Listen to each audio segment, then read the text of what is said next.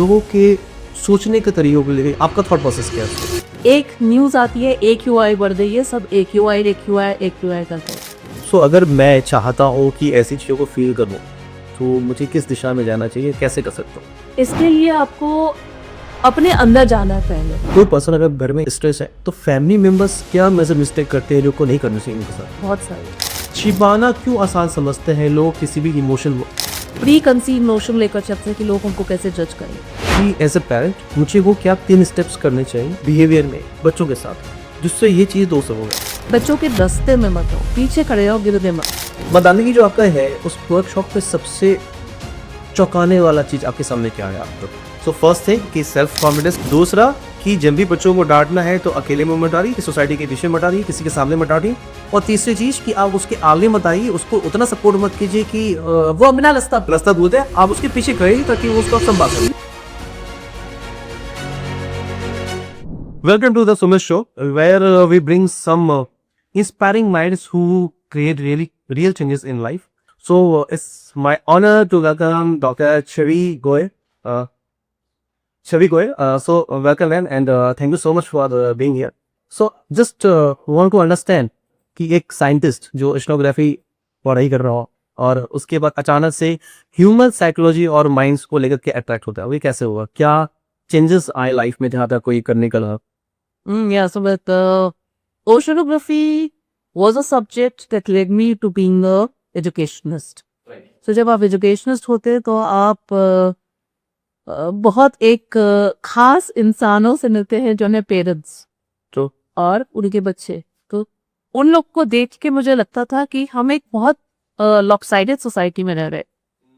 मैं अपनी साइकोलॉजी समझने की कोशिश करती थी कि पेरेंट्स की इतने ज्यादा एक्सपेक्टेशंस होते थे बच्चों के, और बच्चे उन सब एक्सपेक्टेशंस को तोड़ के बाहर जाते हैं। ट्रू। तो कहीं ना कहीं को लगता था कि इसको कैसे समझे, कैसे जाने इनके बारे। तो आई केम अक्रॉस अ पर्सन जो जापान से आए हुए थे, और उन्होंने बताया कि जापान में बच्चों के साथ पहले न्यूरोलॉजी करते हैं, फिर उनके पैशंस को पढ़ते हैं। ओके। सो वाज इंट्रीगिंग कि हम लोग ये कुछ ऐसा कुछ करें। तो मैंने उसके साथ बैठ के थोड़ी सी न्यूरोलॉजी की नॉलेज ली। न्यूरोलॉजी की नॉलेज लेते लेते मुझे लगा कि मैं थोड़ा और इस चीज में एक्सप्लोर करूं।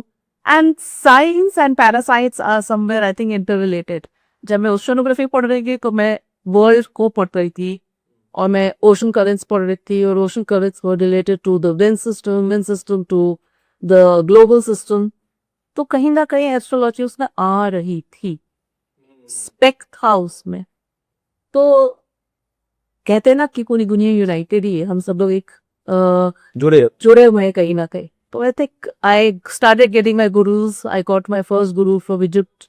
अच्छा, फिर उसके बाद I got my second guru from Madhya Pradesh.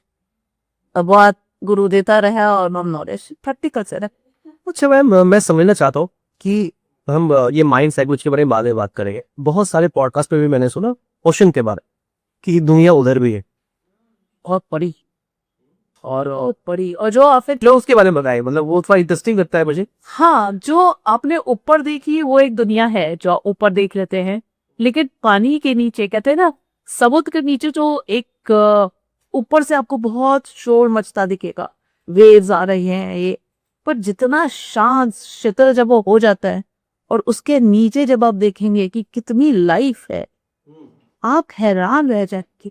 It's a different world all together होते हैं विदाउट सनलाइट। मतलब सनलाइट की तो स्पेक्स जा रही हैं उसके अंदर, वो कैसे दुनिया चल रही है शायद हम लोग ने इतना पढ़ा भी नहीं है। अभी तो नई रीडिंग्स ये आ रही है कि समुद्र के नीचे एक और वर्ल्ड मिल रहा है।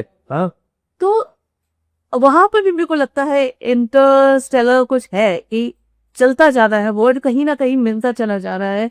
There are different parallels to us, हम एक ही पैरेलल में थक गए हैं। सो डायमेंशंस की जो बात करते हैं हम लोग, वो वहाँ भी है dimension. Oh yes, Sumit, there are dimensions and I have seen known dimensions. Astrology ने मेरे वो dimensions के कहीं कहीं प्ररूप खोले हैं, क्योंकि मैं चलते में जब गुरुजी ने मेरे को बताया था कि आप चलते हैं तो अपनी ज्ञान चक्षुओं को दोनों तरफ खोल के रखिए, तो आपको कुछ पास्ट का दिखता है, आप जाइए कहीं डेजा वू जो आपने सुना होगा, वो आपको लगता है कि आप एक पैरेलल वर्ल्ड से गुजर के कहीं नहीं थे। तो ये सब चीजें हैं, प्रेजेंट है। साइंस नहीं मानती, क्योंकि साइंस मानेगी तो वो साइंस नहीं रह जाएगी। Have you failed practically any different dimensions जहां आप उसके अलावा? मेरे अपने घर ओके, होता है।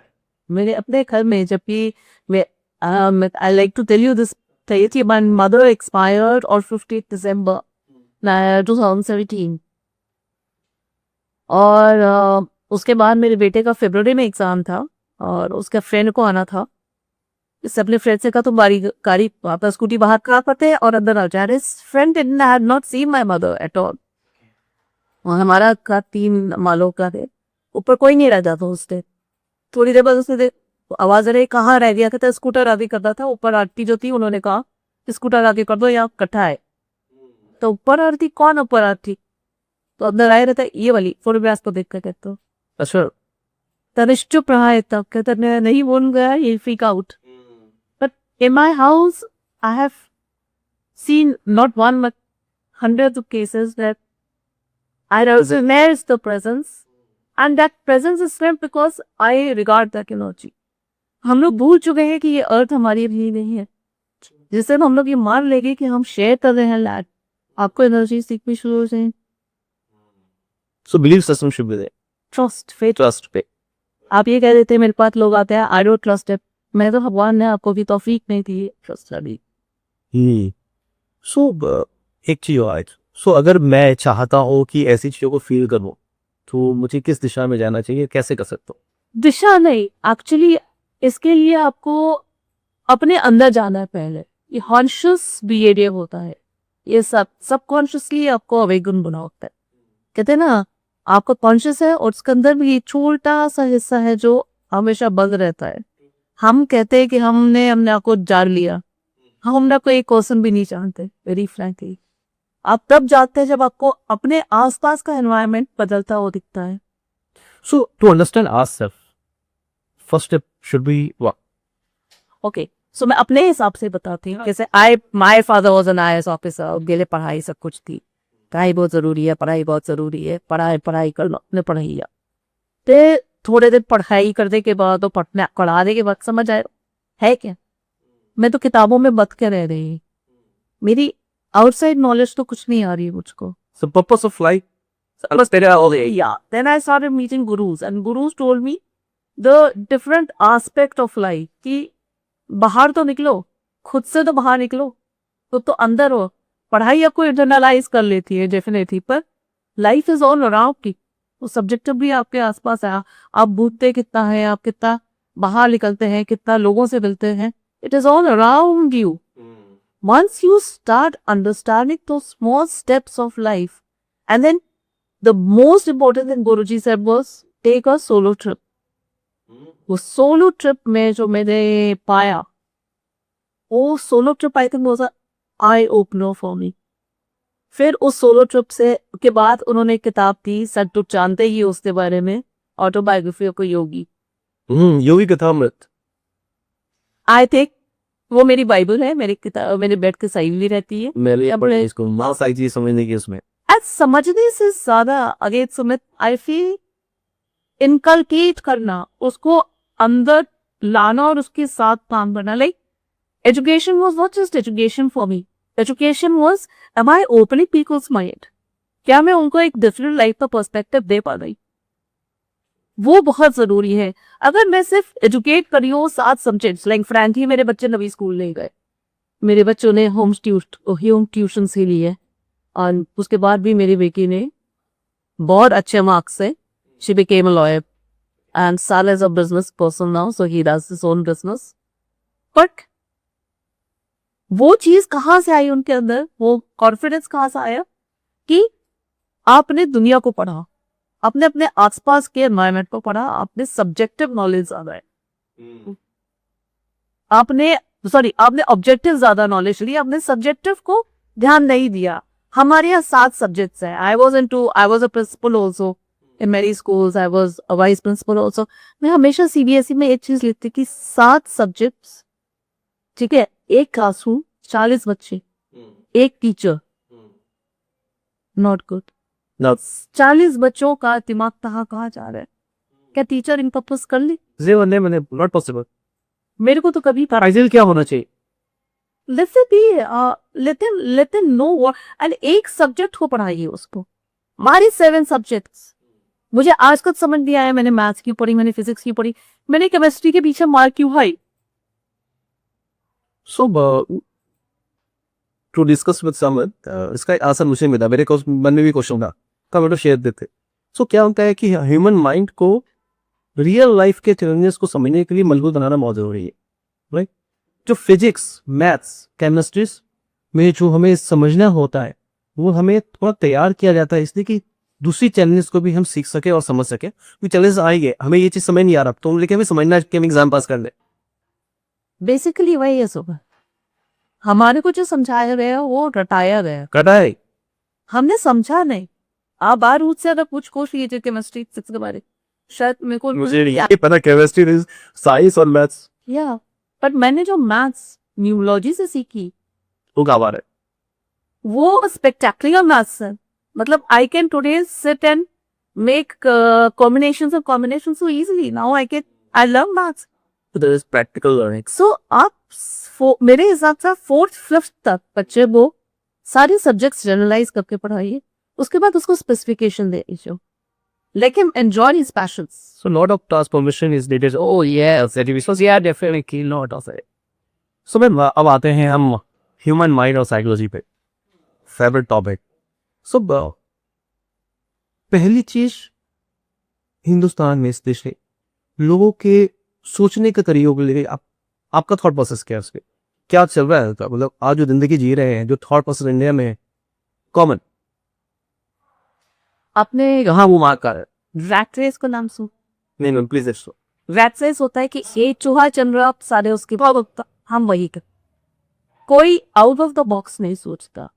एक न्यूज आती है, एक यूआई बढ़ गई है, सब एक यूआई करते हैं। आप अपनी तरफ से क्या उसके बारे में करते हैं, कर रहा वो ठीक। आप मेरे घर के आसपास, मुझे नहीं लगता कि मेरे को ज्यादा प्रॉब्लम रहती, क्योंकि मैंने I have loved nature and my house is has got almost 400 to 500 plants from top to bottom and we are living happy. मेरा घर बहुत फ्रेश है। सेकेंडली, आप दूसरी चीज पूछिए डॉग्स के बारे में, इतना हल्ला मच रहा है, ठीक, हम एक ग्रुपिज्म को लेकर उसके पीछे पीछे पीछे पीछे पीछे घूम रहे थे। ह्यूमन माइंड सोचता नहीं, वो सिर्फ एक्ट कर, वो एक रिटेलिएशन देता, ठीक है, रिस्पॉन्स टू सम स्टिमुलस। आपको उसको एक कॉन्क्रीट इफेक्ट देना जरूरी है कि मैं जो कर रहा हूं, how is it going to break a change, या how is it going to impact this is nature. So अपने इम्पैक्ट्स के बारे में पहले सोचिए कि आप जो करने वाले हैं उससे आपके घर में और आपके आसपास में क्या इम्पैक्ट हो रहे हैं। Just don't do it. इस बात की लैकिंग नहीं, बहुत सा, क्योंकि वही बातें रटने किया। सुन कॉन्सेप्ट के दौरान जो है ये आपके हिसाब से इधर साइड वो सब में कॉन्सेप्ट करते, वो साइलेंट क्या कैरी कर रहे होते हैं और क्यों कर रहे होते हैं? Good question Sumit.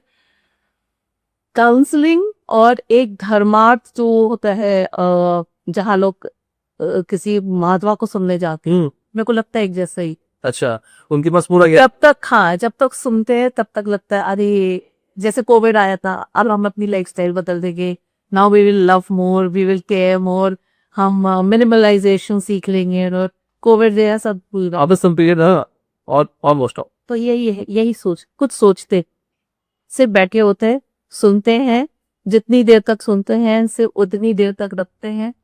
Again come to that sentence कि आप रटते हो, हमने भूल जा। सो इसका मतलब ये, इसको मैं अगर दूसरे तरीके से बोलूं तो इम्प्लीमेंटेशन प्रॉब्लम। सुमित, कंडीशनिंग हमारी कंडीशनिंग ऐसी करती रही है, स्कूल्स ने हमारी कंडीशनिंग खराब कर दी है। 7 सब्जेक्ट से हमारी कंडीशनिंग खराब कर दी है, क्योंकि हमको ये शुरू से ये नहीं पता कि हम पढ़ क्या रहे हैं और हम अंदर क्या ले जा रहे हैं। उसके बाद में सालों से वही कर रहे हैं। क्योंकि अगर आपने क्वींस नाम का एक सीरियल देखा होगा, क्राउन, सॉरी, उसमें मेरे को बहुत चीज, मैंने उसके बाद मैं सीरियल देखा ही नहीं क्योंकि मेरे को बहुत सारी चीजों का जवाब चाहिए। सो छोटी क्वीन एलिजाबेथ अपने फादर से पूछती है कि पापा मेरे को भी मैथ्स पढ़नी है। किंग एडवर्ड टेल्स हर कि ये सारे सब्जेक्ट्स आम आदमी के लिए, आपसे पॉलिटिक्स पढ़ेगी क्या हुआ? तो हम आम आदमी बनकर नहीं। मुझे नहीं ऐसा लगता है कि आज बच्चों को जो स्कूल पढ़ा रहा है, एक्चुअल में मुझे ऐसा लगता है कि वो जिंदगी से लड़ना नहीं सिखा रहा, और लाइफ में सबसे ज्यादा इंपॉर्टेंट है कि जिंदगी से लड़ना कैसे है। अगर लड़ना सिखा देंगे तो हम बहुत अवेयर सिटीजन्स बना देंगे। हाँ, तो no political party wants aware citizen. So आप नीचे रहिए। हाँ नीचे। ओ बहुत भाई। सो मैं छिपाना क्यों आसान समझते हैं लोग किसी भी इमोशन? फॉर एग्जाम्पल मैं स्ट्रेस हूँ, mostly people don't want to express themself. तो ये जो फीलिंग है कि मैं बोलूँ ना, चुप ही रहूँ, ये कहाँ से आता है और क्यों करता है सब? सोसाइटी के दोस्त, तो सोसाइटी कैसे कर किया। हम लोगों में जजमेंट से डरते हैं। मार्क्स खराब आए तो हम, ये बच्चे का ठीक ठाक हुआ, शुरू से कंडीशन में है बहुत, किसी ने मुझ कर दिया। Like most of the cases that come to me, उसमें ये बताया जाता है कि नहीं हम बताइए मत, बाहर मत बताइए, सोसाइटी क्या कहे। तो हम छुपा दे इसलिए क्योंकि हम प्री कंसीव नोशन लेकर चलते हैं कि लोग हमको कैसे जज करें। हमारा सारा चीज, सारी लाइफ, हम वी आर पीपल प्लीजर। हमारे अपने सामने कुछ कर ले, हम सिर्फ लोगों को प्लीज करने इस दुनिया में। सो इस चीज को ब्रेक करने का सबसे आसान तरीका क्या आपके तरफ से? स्कूल्स में आप लोग ये जो स्टूपिड काइंड ऑफ कॉम्पिटिशंस है उसको छुड़वाइए। ये competitions bring about the worst in a childhood, क्योंकि कुछ बच्चे आगे हो जाते हैं, कुछ बच्चे पीछे हो जाते हैं। जो पीछे हो जाते हैं वो सारी जिंदगी छुपाते हैं, वो अपने वीकनेसेस को छुपाते हैं। There should be no competitions. There should be healthy competitions and group competitions. So as we know that we can't change government policies and all. So वो easy है ना हमारे लिए एक पसंद की. So what changes we can make it at home? At home also, yes, Sumit, you can bring about the best. Like मेरे बच्चों को सब लोग ने बहुत डाउट किया, and I am being a single mother. सब लोग ये बोलते थे कि आप इसलिए नहीं भेज रहे अपने बच्चों में, पैसे नहीं कमी है। मैंने हमेशा यार अपने बच्चों से एक चीज बोली, if we are together then nobody can break us. तो आपको ही कॉन्फिडेंस आना है कि जो आप करना है वो बेस्ट करता है, ये कॉन्फिडेंस आप में होना चाहिए। When my daughter after so many years of no schooling and then into college and then she gets a gold medal, Good. तो she just looked into my eyes and she says कि today I feel so confident about being. So I said why was this confidence never there? कहते no I used to feel कि लोग क्या कहेंगे। मैं कहा क्यों लोग, हु आर दीज पीपल, आप उन लोगों से क्यों डरते हैं? Like being single also was a taboo. मेरे को कभी नहीं लगा, मुझे कभी नहीं, मैंने को लगा कि जो मैंने किया वो सही किया। So again my question is कि as a parent मुझे वो क्या 3 स्टेप्स करने चाहिए बिहेवियर में बच्चों के साथ जिससे ये चीज दो सब होगा? सबसे पहले आप अपने अंदर कॉन्फिडेंस लाइए कि जो आप करना है वो बहुत अच्छा पर। मुझे भी फर्क नहीं पड़ना चाहिए सोसाइटी। आपको क्यों फर्क पड़े? ठीक। दूसरा, अपने बच्चों को पब्लिकली कविताओं, ठीक है, कहते part them in public and represent them in private. आपको जो कहना लेकिन अपने बच्चों के लिए हमेशा पीछे खड़े रहिए, आगे मत खड़े। मेरे गुरुजी ने सबसे बड़ा जो मेरे को ये काम बताया था वो ये था, बच्चों के रास्ते में मत हो, पीछे खड़े हो, गिर दे मत। बहुत उठा लीजिए उनको कि बेटा मैं हूँ, लेकिन कहाँ हूँ ये तुमको नहीं पता लगा, लेकिन सही टाइम पे मेरे को आ जाओ। सो फर्स्ट थिंग कि सेल्फ कॉन्फिडेंस ऐसे भी होना चाहिए। दूसरा कि जब भी बच्चों को डांटना है तो अकेले में मत डालिए, कि सोसाइटी के पीछे मत डालिए, किसी के सामने मत डालिए। और तीसरी चीज कि आप उसके आगे मत आइए, उसको उतना सपोर्ट मत कीजिए कि वो अपना रास्ता दूर है, आप उसके पीछे करिए ताकि वो उसको आप संभाल सकें। Yes, and always respect each other as parents. When you both are respecting each other they will respect you. ले दो बाहर लेके वो डिसीजन। मैम आप इतने सारे रेप विक्टिम से भी मिलते हैं, स्कूल में भी बच्चे आजकल पेरेंट्स एक लिमिट तक कंट्रोल कर सकते हैं कि बाहर बच्चे क्या सीख रहे हैं और किस ग्रुप में है। वो बच्चों पेरेंट्स से दबाव में बढ़ाएं, क्योंकि स्कूल में जो ग्रुप है वो ग्रुप है। आप सोसाइटी के नोट्स को आप कंट्रोल कर सकते हैं, बाहर कंट्रोल नहीं कर सकते। वहाँ डिफरेंट बच्चे होते हैं, वहाँ पे बच्चों की सेफ्टी के लिए नेगेटिव चीजें होती हैं। सारी स्कूल्स में भी एग्जाम्पल्स आ चुकी हैं ऐसे। वहां पे हम बच्चों को कैसे घर में सिखाएं कि बाहर पैसा लाए, इस बात। सुना, मैं आपको एक नया पर्सपेक्टिव दे रही हूँ। इस आजकल सबसे बड़ी प्रॉब्लम पेरेंट्स है, क्योंकि आप घर में क्या बोल रहे हैं, क्या आप सुन रहे हैं, और खासतौर से मदर्स समझ रहा रैट रेस में पड़ गई है। उन लोग यंग मदर्स नहीं है, they are more social animals.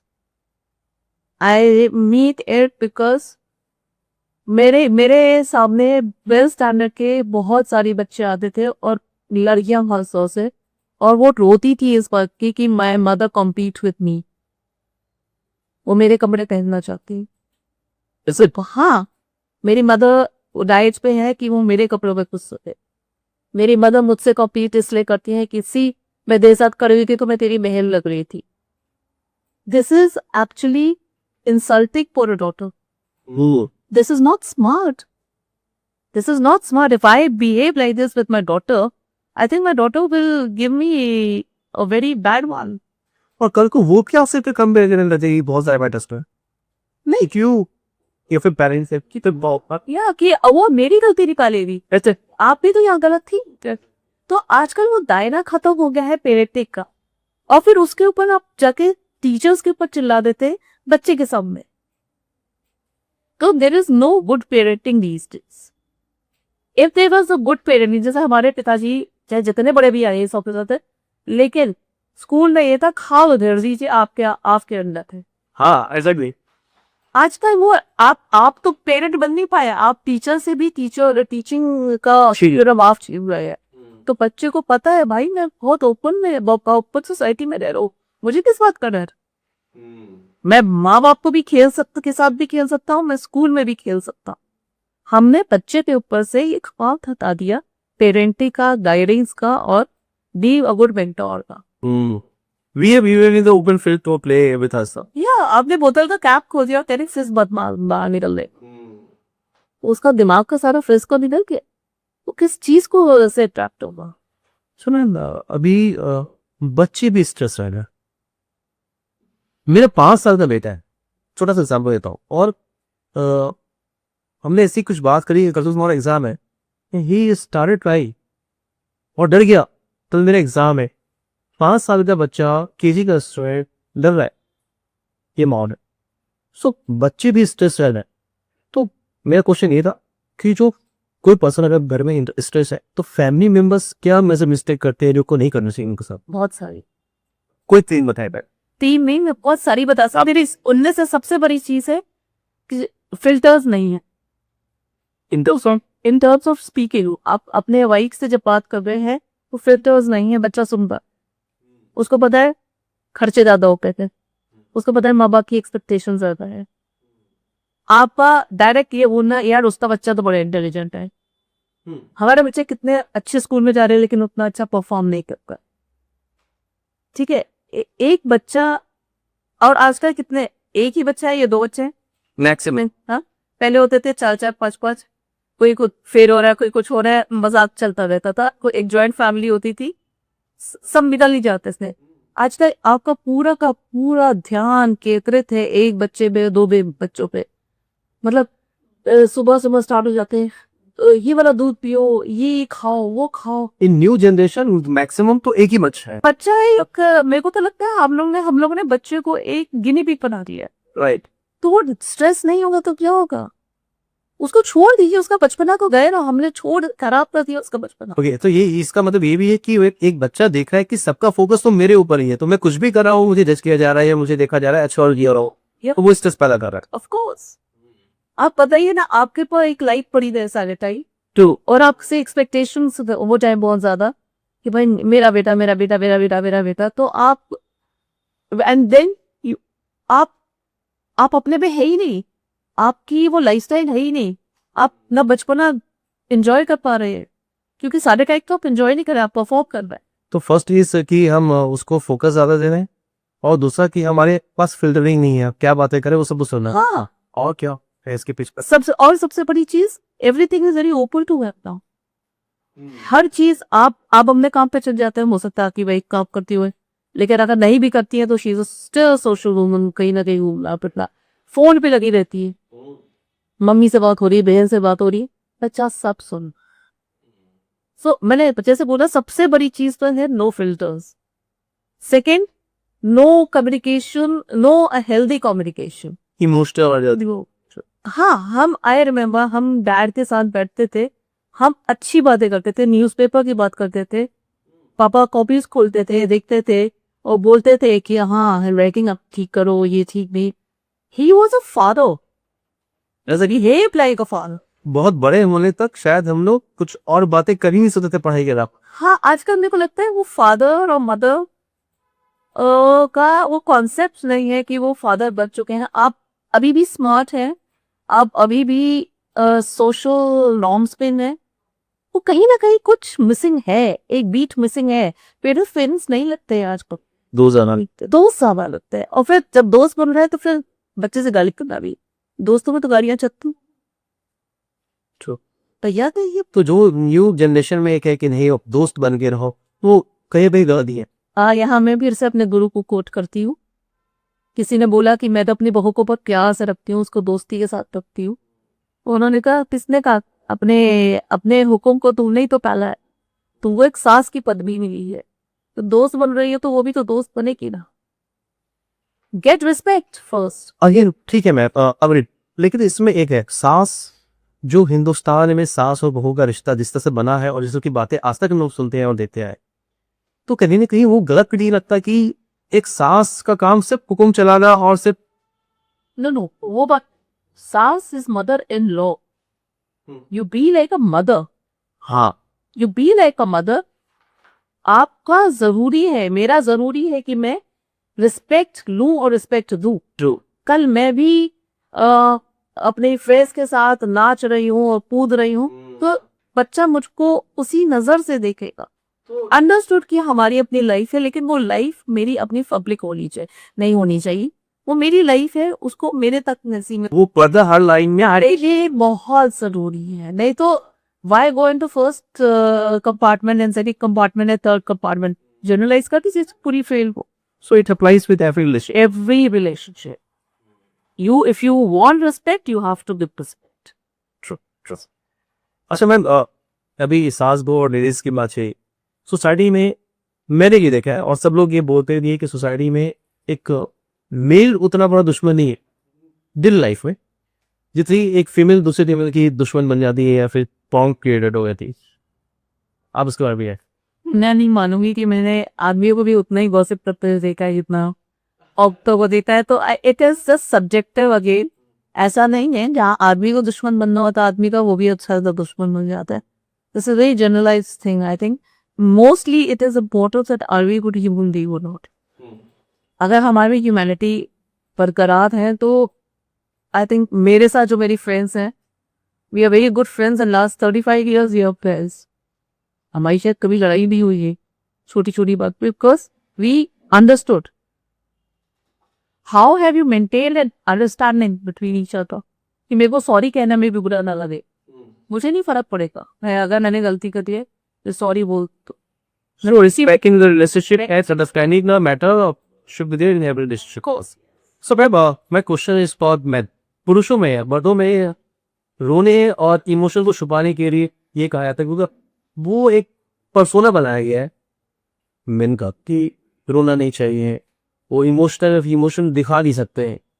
तो वो ये जो फ्रेम बन गया है उसमें वो खुद को फिट करने के लिए कि मैं मर्द हूँ और मैं तो रो नहीं सकता, अपनी फीलिंग्स शेयर नहीं कर सकता, तो ये डर भी बन गया है।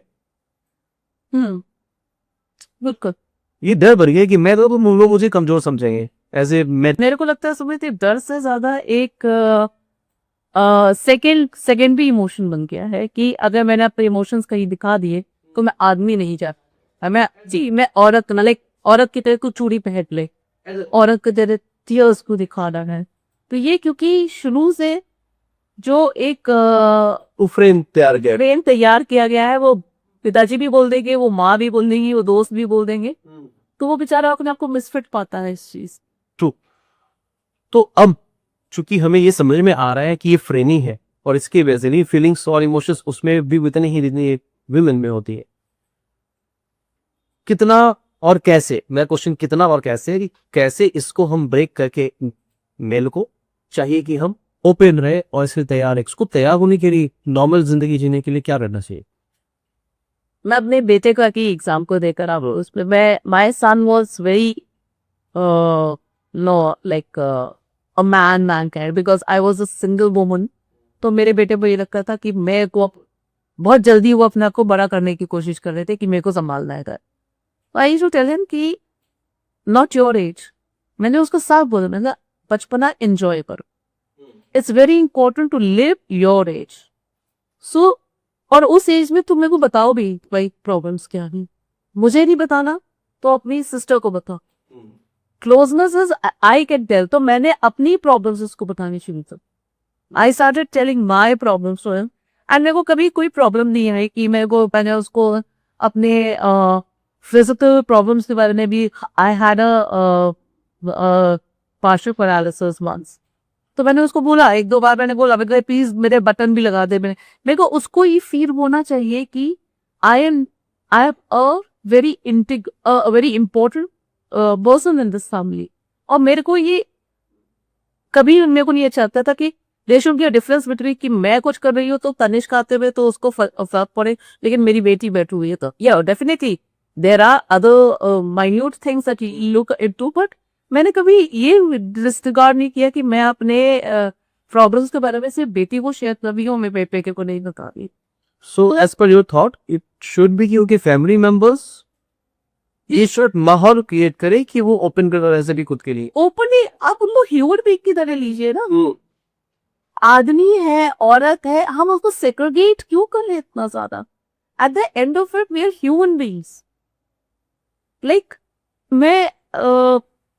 मैं अपने बेटी के जब पीरियड्स होते थे तो मैं करिश्मा को आराम से बोल सकती थी तनिष्क पैड्स ले आओ, इसमें क्या प्रॉब्लम है। लेकिन बहुत लोगों के लिए ये बहुत बड़ी अजीब सी चीज होगी कि अरे वो शॉपकीपर भी आप देखिए तो बैग काले रंग का बैग आपके बाहर से तो मैं बोल देती थी क्यों भाई मैं खुद भी कैरी करता हूँ, मैं कहता हूँ मत डालो उसमें। मत लो। मतलब हम लोग ने जितने टैबूज क्रिएट कर दिए हैं सेक्सुअल पॉइंट्स में, वो कि वो सेक्स एक बहुत इंट्रीगिंग फैक्टर बन गया बच्चों के लिए और ये इम्पैक्ट करता है मेरे को भी दो उनको इम्पैक्ट करता है। वो कभी भी छुप छुप के ये लोग ब्लू मूवीज देखते हैं। क्यों देखते हो?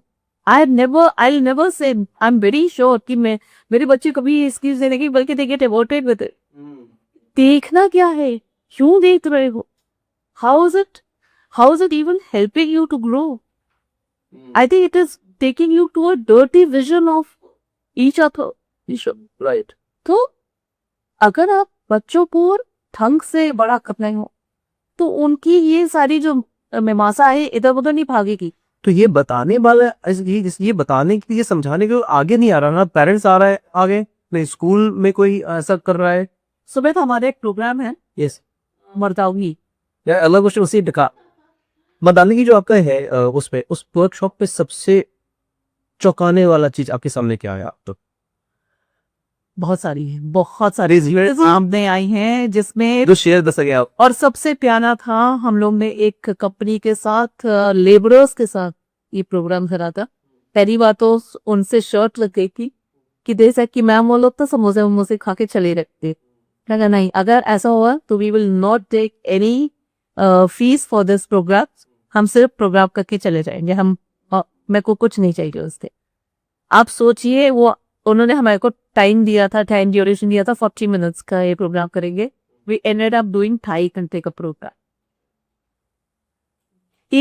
एक लेबरर ने आके अपनी प्रॉब्लम्स डिस्कस करी है कि हाँ मैम, एक दिन तो ये तन्वी बोला कि मैं एक दिन इतने रोश में आ गया था मैंने अपनी साली को मारने की कोशिश कर। हाँ मैम मैं अब अपने आप को नहीं इस तो जब आप बात करते हैं they need platform to talk. they need a platform to talk, they want to be heard also। क्यों ऐसा कहते हैं क्या? मैं अपने फादर को देखती थी, एक इतने बड़े IAS ऑफिसर, और मेरे को लगता था पापा को मैंने सबसे ज्यादा रोते हुए तब देखा जब इंदिरा गांधी जी की डेथ हुई थी एंड पापा वाज क्रॉसिंग सम गांव संभावली, वहां एक किसी आदमी के ऊपर आग लगा दी थी, वो भाग रहा था अपने आप को बचाने के लिए।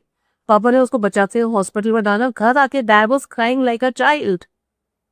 That day I felt my father is a total human. He could not take the pain. So why can't we cry? They can cry. My father cried crazy when my sister was getting married. पापा फूट फूट के रो रहे थे. सो यही तो frame को तोड़ने की बात है. नहीं, फ्रेम को तोड़ने की बात नहीं थी सुमित. वो मेरे को बहुत प्यारा लगा कि इतना प्यार है पापा में. हाँ इतना प्यार है, कहाँ छुपा रखा था. हाँ, हम लोग की जनरेशन में फादर को हम लोग तो एकदम बिना बिल्कुल स्ट्रिक्ट होते थे, और वो तो हम लोग ये रोते डैड्स के हार्ट ज्यादा सॉफ्ट होते थे. तो हाँ वो अभी भी होते हैं, हमेशा होते. डैड्स एक्सप्रेस नहीं करते थे. करना चाहिए. यही मैं हर प्रोग्राम में जाके बोलती हूँ कि अगर आप एक्सप्रेस नहीं करेंगे हमको कैसे पता चलेगा. सो मैं मर्दानगी जो आपका प्रोग्राम है वर्कशॉप, ये फोकस किस चीज पे दिया रहता है इसमें? इसका फोकस बेसिकली यही express. Otherwise you will get into this demeaning your tore emotions.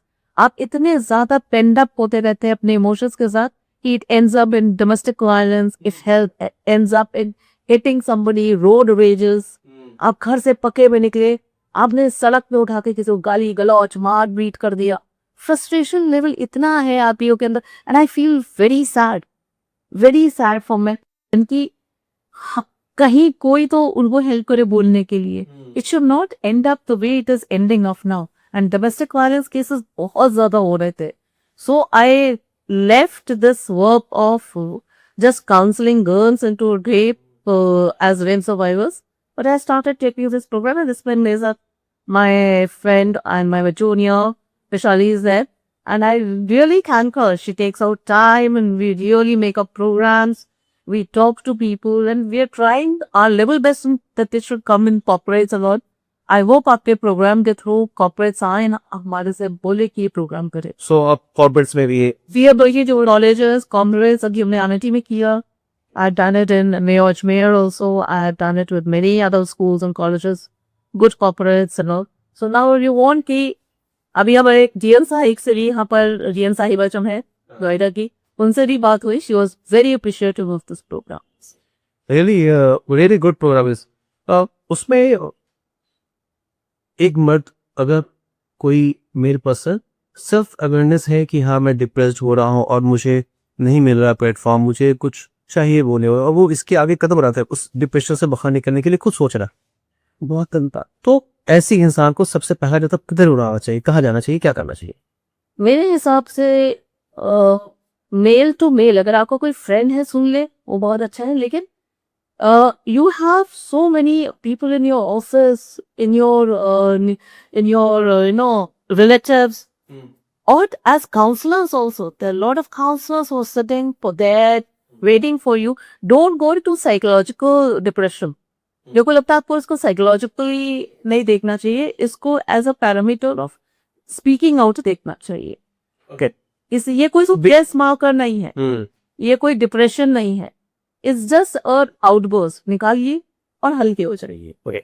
So मेरी क्वेश्चन इज कि हम कब समझे कि ये डिप्रेशन, ये समझ पाना कि मैं डिप्रेस्ड हूँ, इसको एक्सेप्ट करना, या फिर किसी साफ वाले इंसान के लिए भी समझना कि ये डिप्रेस्ड है या नहीं, वो कौन सी लाइन है जिसके बाद ये समझना शुरू कर दे, या कौन सा बिहेवियर है जो देखने के बाद हम समझेंगे चाहिए डिप्रेस है, अब इसको साइकोलॉजिस्ट के पास जाना चाहिए, डॉक्टर के पास जाना चाहिए? इसमें सबसे बड़ी चीज होती है Sumit, when you are getting aggressive. Aggressive is one of Aggressiveness is the main key factor to it. Then थोड़ी बहुत तबीयत खराब ना, like headaches, stomach problems. मतलब आप देखिए मेल्स में ज्यादातर headache is a very somber problem these days. बहुत ज्यादा स्ट्रेस्ड होते हैं. They keep on having eye flakes and headaches. Then एक नई चीज भी आनी है जिसको कहते हैं stammering. Stammering and sitting and shaking heads like such acts.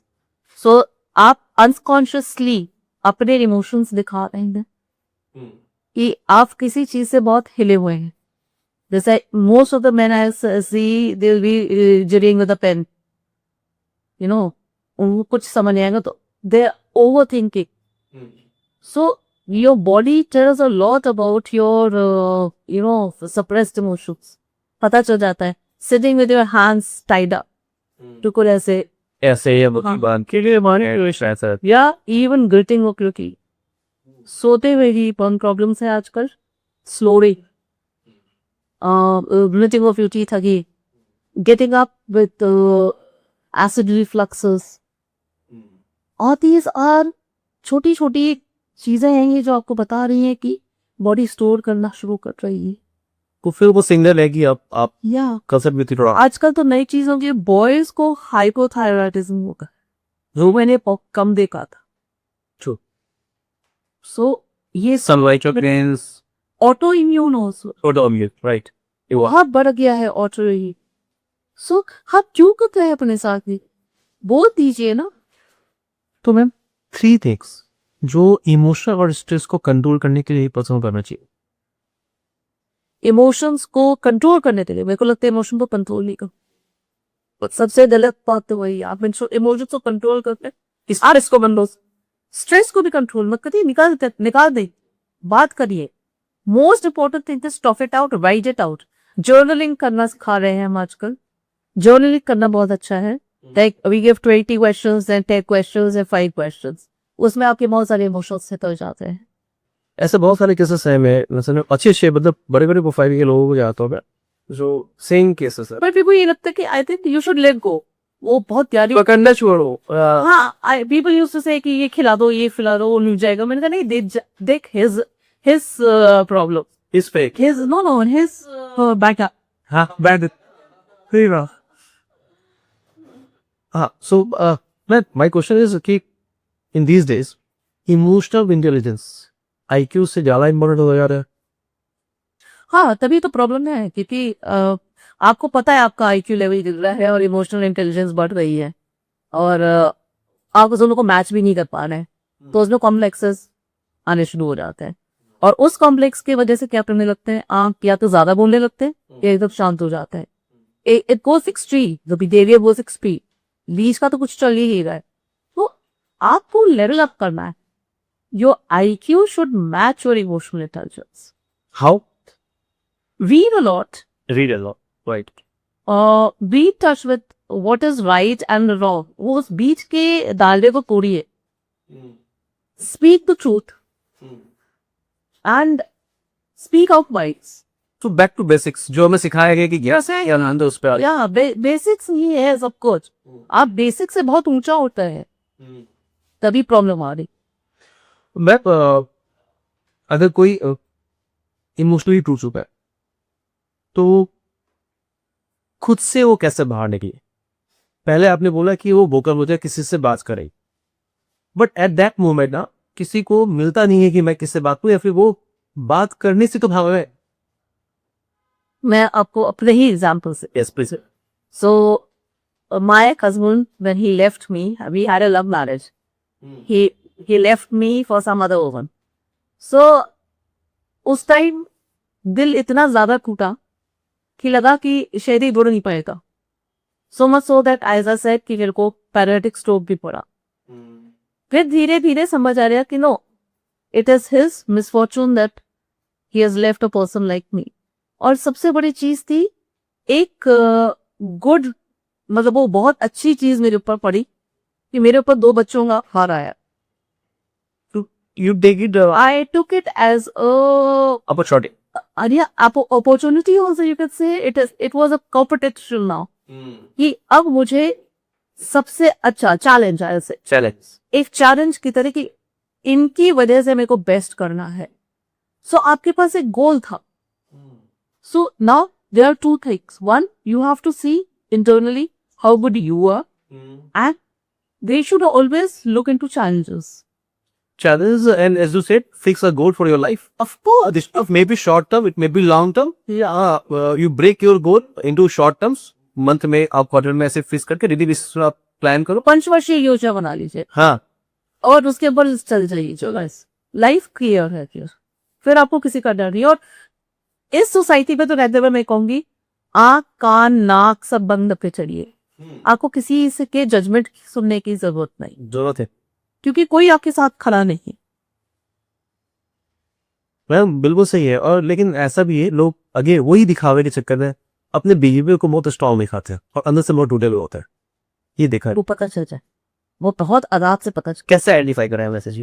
As I said, या तो आप बहुत लाउड होते हैं या बिल्कुल बिल्कुल ही दबे हुए होते हैं, बीच में नहीं होते।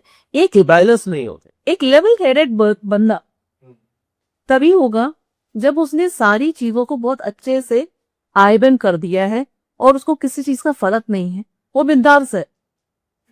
He is happy in being himself. उसको ये नहीं फर्क है कि मेरा कुर्ता मुसा हुआ है, उसको ये नहीं है कि मेरे बाल कैसे हैं, वो अपने में संपूर्ण कंप्लीट मस्त मदद कर। बस वही आपको होना है। If you are not like that then there is something in wrong with you. Relationship में एक चीज और देखा गया है कि आपको बार बार दबाता है, आप दबते हो, और ये सब बहुत मतलब इतना प्रैक्टिकल होता है, सबके साथ हो रहा है मोस्टली। कुछ लोग होते हैं जो सामने को दबाते रहते हैं और कुछ दबते रहते हैं, बार बार दबते हैं, पता है कि मैं गलत नहीं हूं, मैं सही हूँ, और सामने वाला गलत है, वो बोल नहीं पाता। ऐसे सिचुएशन में हैंडल करना, क्योंकि अगेन ये चीजें उसको फिर स्ट्रेस में लेके जाती है और फिर प्रॉब्लम्स हो। इसको तोड़ने के लिए आप क्या सजेस्ट करें, कैसे उसको बिहेव करना चाहिए, क्या चेंजेस लाने चाहिए अपने बिहेवियर में? एक बहुत प्यारी लाइन अभी समझ आ रही है, the problem is you, the solution is it. हाँ ट्रू। गलत आप करना चाहते हैं क्योंकि आपको कोई दबा रहे, क्योंकि आप दबना चाह रहे हैं।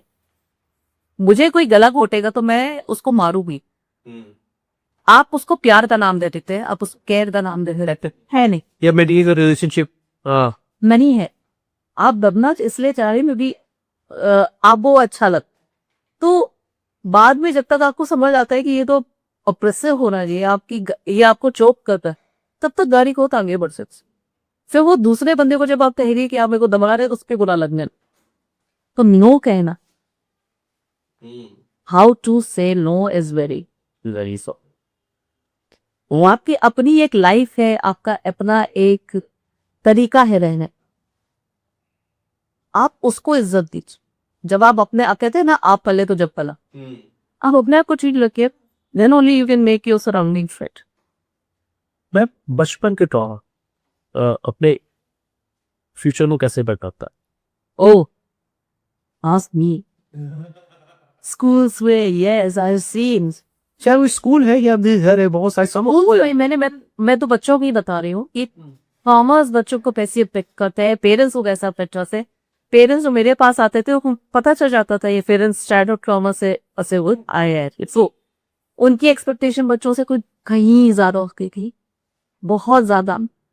क्योंकि हमने तो वो सुना है ना, हम तो लैम्प के नीचे पड़ते थे, सड़क के नीचे, तो हंसी आती थी भाई यो नदी पार करते थे हम, तो नदी की पार करते थे। तो वो उस ट्रॉमा से चले आ रहे, वो उस ट्रॉमा से बच्चों को दबाए जा रहे, दफनाए जा रहे रात में। तो ये चाइल्डहुड ट्रॉमा जो है, they create a type of a very negative aura out of you. ये आपको खुद भी नहीं पढ़ने देते और ये दूसरे को भी पढ़ने नहीं देते आपकी वजह से, क्योंकि उसी सर्किट में, उसी दायरे में आप सब कुछ देख रहे हैं। मेरे साथ ये हुआ था तो मैं भी ये नहीं आगे पढ़ने देता, तो उसको ब्रेक नहीं करते कि चाहे मेरे साथ ऐसा हुआ था तो मैं आगे ना हो। यदि वो बहुत कम 1 or 2% शायद को होगा, या आप सीख रहे हैं फिर चाहे पास से कुछ, लेकिन most of them they carry this trauma and it is vicious, it's a vicious circle. And इसके लिए again I'll say Vishali with me, she's completely for this all. She helps us a lot into this book. ये शादी की बात करते हैं। Yeah, a question mark for me also. आप शायद ज्यादा इनपुट डाल पाएंगे उसमें। तो शादी में जो इमोशनल अटैचमेंट होती है,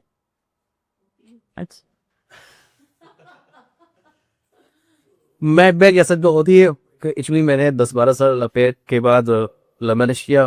That is what suppose you know you have understood each other for those 12 years.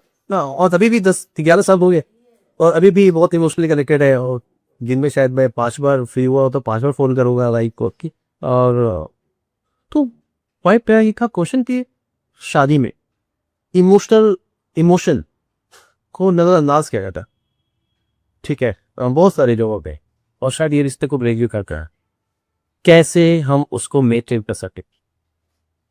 Okay, पहले तो शादी को जो एक पैरामीटर दिया हुआ है कि टू पीपल टुगेदर, एक बहुत प्यारी बुक है। मैं तो कहती हूँ हर एक पढ़े उसको, खलील जिब्रान की है, प्रॉफिट। अगर मैरिज को समझना है तो उनसे समझिए, क्यों कहते हैं कि marriage is like two walls of a house meeting at the top. बुद्धि में मिलिए, दिल पे नहीं। तो दो दीवारें अलग अलग है, आप अपनी दीवार सजाइए, वही को अपनी दीवार सजा दीजिए, एक दूसरे की दीवार पर सजाए। You give her respect, she give you the your respect. Infinity खत्म नहीं होनी चाहिए। और सबसे बड़ी चीज, एक दूसरे की फैमिली में मत घुस, अपने अपने बारे में बहुत ज्यादा मत बताइए। एक एलिमेंट ऑफ क्वेश्चन जो रहता है ना, ये क्या है, वो आप बहुत करीब रखना। कुर्सियां लगानी चाहिए। Curiosity definitely. आप एक किताब खुली हुई है टेबल पे, आप उसको जाते हुए बहसक की छोड़ी चाहिए, लेकिन अगर बंद किताब है आप उसको जरूर पढ़ाते, तो बंद रहिए वर्ड्स। हम क्या करते शादी के बाद, मेरे चाचा ऐसे, मेरे मामा ऐसे, मेरे पिताजी ऐसे, मेरे साथ ऐसा हुआ था। जब लड़ाई होती है हस्बैंड वाइफ के बीच में, तो you try to hit her where she is, और you try to get hit those points। On those points. और हाँ, सिर्फ एक इमोशन तो है, बट वो पॉइंट्स किस तरह डालना शुरू करते हैं, और फिर मेरी मैरिज में ये वर्क हम लोग ने एक दूसरे को कुछ नहीं बताया। यू वेरी डू, ऐसा होता है। और अगे मेरी मैरिज में ऐसा नहीं, मेरी मैरिज में हम दोनों एक दूसरे पर बहुत ओपन है। मेरा पास में मतलब मेरा फोन वो यूज करती है, वो मेरा फोन, मैं उसका phone use I don't know it. I don't say it's wrong. But today, just वो आप सही हो कि वैसा अगर आप you should have something spectacular for yourself. जो आप भी enjoy कर रहे हैं, जो आपको पसंद है। Like मेरे अपने बहुत अच्छे फ्रेंड्स हैं, जो कि बहुत अच्छे से married. They take time out from each other once a year. Okay. They both travel alone. And then they get back and they share photographs of वो वहां से बताएंगे मैं ये कर रहा हूँ, वो वहां से बताएंगे मैं ये कर रहा हूँ। That brings them so close. Right, ऐसे एक्सपेरिमेंट्स करें, Trust on what ट्रस्ट भी बढ़ता है, हाँ। और ऐसे एक्सपेरिमेंट करने चाहिए। I think मैरिज को मैरिज ना लेकर ही रिस्पेक्ट का इश्यू बनाई ले। लव नहीं होता, देखो there is nothing called love. Love only comes when there is respect. ऐसा बिन है वो दगा प्रीत बुकारा। ट्रू। तो जब तक भय नहीं है एक दूसरे के कि आई एम हर्टिंग हर और आई एम हर्टिंग हिम, वो वाला भय, ये नहीं कि आपसे बन रही है। आपको एक दूसरे के लिए जब तक ये भय नहीं है कि am I doing anything wrong to each other, तब तक वो प्यार नहीं लाए। ट्रू है। हम अब बात करते हैं आपके रेप सर्वाइवर के साथ जो आपका हीलिंग प्रोसेस है, उस पर बात करते हैं। अब तक जितने भी केसेस आपने देखे मैं, उसमें सबसे ज्यादा ये कहूँगा कि ट्रॉमेटिक। हाँ, वो कौन सा केस था? सो दिल्ली में ही ये वसंत विहार के पास एक केस था, जहाँ मैं चाहती नहीं किसी और लड़की को ये करना है। मुझे पता चला था ना सर एक पागल औरत है जो सबको पत्थर रखकर साथती है। The way I got closer to her, एक चॉकलेट से।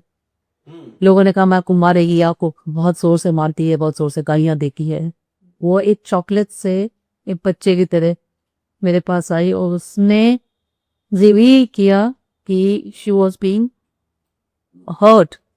उसका ये था कि लोग मुझे मारते हैं, लोग मुझे गंदी तरह से मारते हैं। बट आई आस्क्ड हर कहाँ मारते हैं, तो उन्होंने अंडर एरिया पे दिखाया कि यहाँ मारते हैं। And they took her to the doctor. She was raped over 30-40 times. So much so that her total vagina area was split open. She was bleeding at that time also. And she was what? She was 42 years of age. It was the most pathetic feeling I had for humankind कि हम जानवर को जानवर कहते हैं, हम तो जानवर से भी गए गुजरे हैं कि एक औरत जो ऑलरेडी पागल है, जिसको अपने ऊपर कोई वो कहते हैं ना बदहवास है खुद, आप उसको भी नहीं छोड़ रहे। और ट्रक ड्राइवर क्या, सब्जी वाला क्या, सब ने उसके ऊपर ये काम किया हुआ था। और उसको वापस ठीक करने में कितना मुझे टाइम लगा, but sad to say that she died of severe infections. तो आई थिंक ऐसा शायद हमारी कंट्री में या ऑल ओवर औरत को सिर्फ एक ऑब्जेक्ट की तरह क्यों देखा जा रहा है कि मतलब आप इतने गंद में है कि आप कुछ भी कर सकते हैं। मतलब मुझे समझ नहीं आता कभी कभी कि आपका दिमाग कहाँ तक चलता है इन सब चीजों में। मतलब कितनी हैवानियत है आपके दिमाग में कि आपको कुछ नहीं दिख रहा है। एक वुमन एज अ, जिस कंट्री में आप बोलते हैं कि औरत को हम प्रेयर देवी का रूप मानते देवी हैं, का रूप मानते हैं। ये देवी का रूप है। तो मेरे को प्लीज एज अ ह्यूमन रहने दो, मुझे देवी नहीं बनना। अच्छा मैम, ये तो सही है कि ऐसा होता है। ऐसा और भी केसेस होंगे जहाँ पे वर्स्ट कंडीशंस देखने को मिली होगी आपको? केसेस एक नहीं, I have got over 200 cases and most of the cases, जैसे अभी ट्रांसजेंडर्स के कुछ केसेस भी आए थे मेरे पास।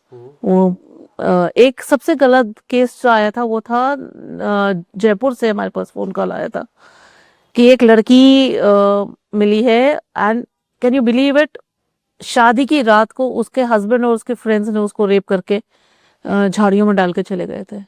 हस्बैंड इतना ओवर ड्रंक था कि उसको पता ही नहीं चला कि वो और उसके फ्रेंड अपनी ही वाइफ को वो उसने रेप कर दिया है।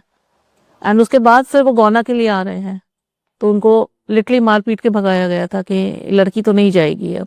तो वो भी सेंटर में ही आई फिर हमारे साथ। सो इन लड़कियों के साथ वी हैव दिस सेंटर जहाँ पर ये लोग we try to get them into some financial conditionings and all. तो उनको कई लड़कियों की रीमैरिज भी हुई है। तो we try to put them, जैसे अभी यहीं के गाजियाबाद का एक केस था कि एक चौकीदार वो अपने पेनर्स को बच्चों से सहलवाता था कि तो पता कैसे चला कि वो बच्चा अपने फादर की के प्राइवेट पार्ट्स को छू रहा था। तो उसमें पता चला कि चौकीदार कहता था ये काम करो।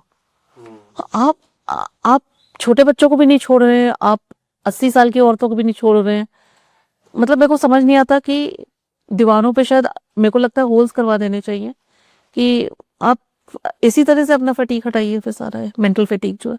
So what is this society में बच्चों से शुरू करते, अभी बच्चों का भी आपने हिसाब कर लिया तो हम अवेयरनेस तो दिखाते ही हैं। आज स्कूल में भी थोड़ा बहुत अवेयरनेस दिया जाता है, टीवी में भी अवेयरनेस होता है, फिर भी सेफ कैसे करें सोसाइटी में बच्चों को? तो मैं अच्छा आपने ये क्वेश्चन पूछा क्योंकि जो बताया भी जा रहा है वो उस तरह से नहीं बताया जा रहा है बल्कि उसको भी हश करके बताया जाता है। तो वो सेक्स एक वर्ड ना टेबू भी नहीं रह गया है। It is become an more inquisitive thing for children. तो उस इंक्विजिटिवनेस को हटाने के लिए वो और भी ज्यादा उसकी खुदाई कर रहे हैं और इस चक्कर में मामले और गड़बड़ होते जा रहे हैं। अगर आपको बताना है तो ओपनली पूरा बताइए, नहीं तो उसको शट केस कर दीजिए, बिल्कुल डराने वाली चीज डाल दीजिए। ये जो आपने बीच में छोड़ दिया है एक आधी अधूरी बातें, इसमें तो बच्चा और इंक्विजिटिव होकर और गलत काम कर रहा है। लेकिन समाज को वो कैसे पहचाने फिर बच्चे कि कहाँ मैं फंस रहा हूँ, कहाँ मेरे साथ गलत हो रहा है? वो आपको एज अ पेरेंट भी बताना है और आपको एज अ पेरेंट दिखाना भी है वो करके। आप ओपनली किस कर रहे हैं अपनी वाइफ को, ओपन बच्चा ये सब देख रहा है, बड़ा हो रहा है आजकल। इस पहले एक पर्दे में था सब कुछ, ऐसा नहीं था कि ओपनली सब कुछ हो रहा है। तो एक दायरा, एक फियर था इस चीज का, एक फियर भी नहीं मैं कहती हूँ, एक रिस्पेक्ट भी थी, एक पर्दा था इस चीज का। अब तो ओपनली है। आप बर्थडे देखिए, माँ बाप ओपनली किस कर रहे हैं, आप ओपनली बता रहे हैं, आप ओपनली एक दूसरे के सामने ये हरकत कर रहे हैं। तो ये सोचिए छोटे दिमाग पे क्या असर हो रहा है। उसके लिए तो ये एक बहुत बड़ी चीज। मतलब मैंने देखा है छोटे बच्चों का रिएक्शन बहुत सारी पार्टीज में, जब माँ बाप किस करते तो दे ब्लशिंग। उनको नहीं समझ आ रहा है ये सही है या गलत है। आप यही चीज कहेंगे नहीं बच्चे से ये मत देखो, आप खुद वो काम कर रहे हैं। तो मैं वही कह रही हूँ कि या तो उसको समझाइए या उस चीज को बंद कर दीजिए। या आप ये तो नहीं कहेंगे ना छोटे बच्चे को जाके कि आप किस कर लीजिए जाके किसी को भी, या उसको हक कर लीजिए ऐसे ही जाके। अब वो कंफ्यूजन में क्या कर रहा है, he is trying it on somebody in a wrong way. तो गलत कौन दे रहा है? हम ही तो दे रहे हैं बच्चों को। हमारी जनरेशन सबसे स्टूपिड जनरेशन है। अच्छा मैम, जब जो रेप विक्टिम्स हैं, रेप सर्वाइवर्स हैं, उनके अंदर जो गुस्सा होता है और सबसे ज्यादा उनके अंदर थॉट क्या होता है जिसकी वजह से वो समाज में वापस से घुल मिल नहीं पा रही है, ऐसा कुछ है? और मेरा दूसरा सवाल इस पे ये है कि फैमिली मेंबर्स को उसके साथ कैसे डील करनी चाहिए ताकि उसको नॉर्मल लाइफ जीने में हेल्प कर सके? देखो, इसमें गुस्सा नहीं होता, इसमें सबसे ज्यादा होता है फ्रस्ट्रेशन। फ्रस्ट्रेशन, मेरे को कोई चूटी काटे तो मैं उसको चाटा मारूं, लेकिन यहाँ तो उसने मेरे अंदर इंसर्ट किया है और मैं कुछ नहीं कर पा रही हूँ, तो फ्रस्ट्रेशन लेवल मेरा बहुत ज्यादा हाई हो जाता है। और मैं इस चीज को किसको बताऊं? तो हमारा जो टैगलाइन होता है गर्ल्स को समझाने के लिए, he has touched your body not your soul. हम उनको इस तरह से समझाते हैं कि भाई तुम्हारी सोल नहीं छुई, तुम्हारे को जबरदस्ती किया है उसने।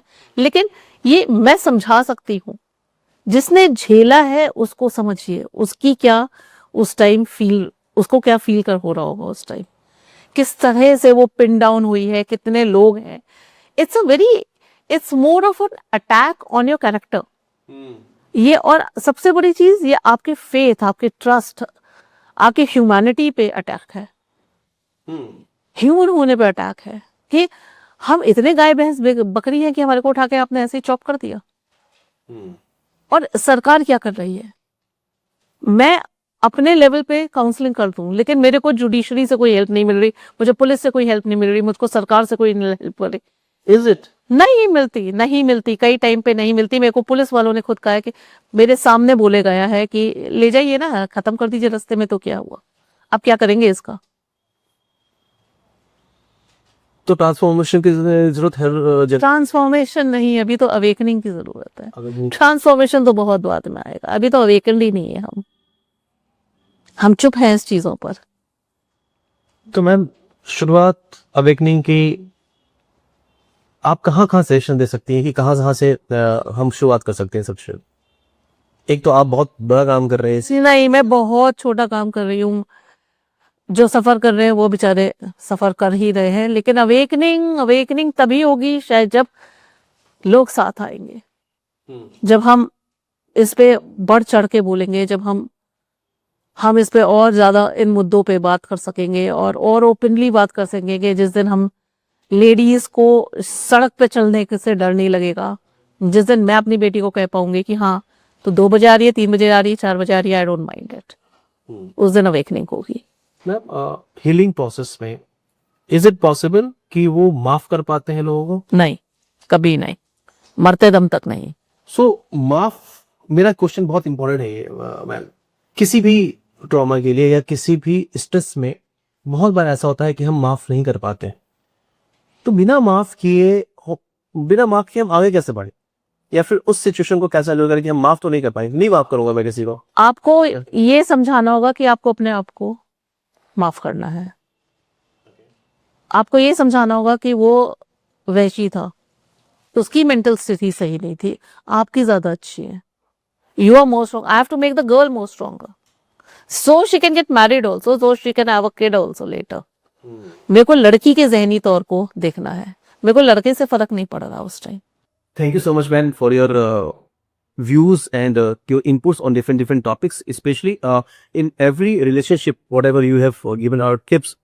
It will help our audience to be a good parents, be a good partner, be a good father, be a good colleagues, and be a good friend. So thank you so much for being here. And thank you so much.